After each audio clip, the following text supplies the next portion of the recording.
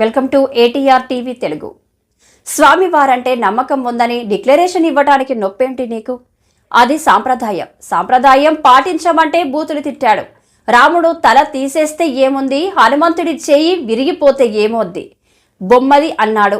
రథం కాలిపోతే పోతుంది, ఇంకోటి చేయిస్తాం అన్నారు. భక్తుల మనోభావాలతో ఆడుకున్నారు అని సీఎం చంద్రబాబు అన్నారు. ఆయన దేవుణ్ణి దర్శించుకోవచ్చు, దేవుడి మీద నమ్మకం ఉందా లేదా అనేది ఇంపార్టెంట్. నమ్మకం ఉందని డిక్లరేషన్ నాకు కాదు, సాంప్రదాయ ప్రకారం ఎండోమెంట్కి ఇవ్వమన్నా, ట్రస్టీకి ఇవ్వమంటున్నాం. ట్రస్టీకి ఇవ్వడం నీకు బాధ్యత లేదా? ఆ సాంప్రదాయాలను గౌరవించకపోతే నువ్వు ఎందుకు పోవాలి? నీకు అధికారం ఇచ్చింది ముఖ్యమంత్రిగా అధికారం ఇచ్చారు, కానీ సాంప్రదాయాలకు విరుద్ధంగా పనిచేయమని మీకు అధికారం ఇవ్వలేదు. You must know that. అది అడిగితే బూతులు తిట్టారు. ఇంకా ఏ ఎక్స్టెంట్కి పోయారంటే, ఏంటయా హనుమాన్కి చేయి నరికేస్తే ఏమైంది, బొమ్మే కదా, బొమ్మ అండి హనుమాన్, వెంకటేశ్వర బొమ్మ అండి.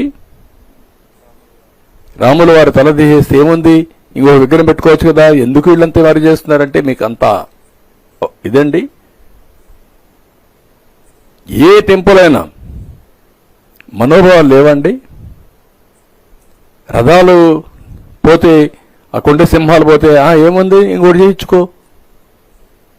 ఆ రథం కాలిపోతే ఏమైంది, కాలిపోయింది, తేనెటీగలు వచ్చాయి అంటే అంత రెక్లెస్ సమాధానాలు. ఈ పోర్ట్లో అగ్ని ప్రమాదం జరిగితే జరిగింది, ఏం జరగదా? ఇవి నిర్లక్ష్యంగా ప్రవర్తించిన తీరు ఈరోజు సెంటిమెంట్స్ని దెబ్బతీసే పరిస్థితి వచ్చింది. సెంటిమెంట్సే కాదు, అందరి మనోభావాలు బాగా దెబ్బతినే పరిస్థితికి వచ్చింది. That is where we are today. అందుకే నేను ఈ బాధపడుతూ చెప్తున్నా, ప్రతి ఒక్కరూ కూడా మనం భగవంతుడిని క్షమాపణ కోరాల్సిన అవసరం ఉంది.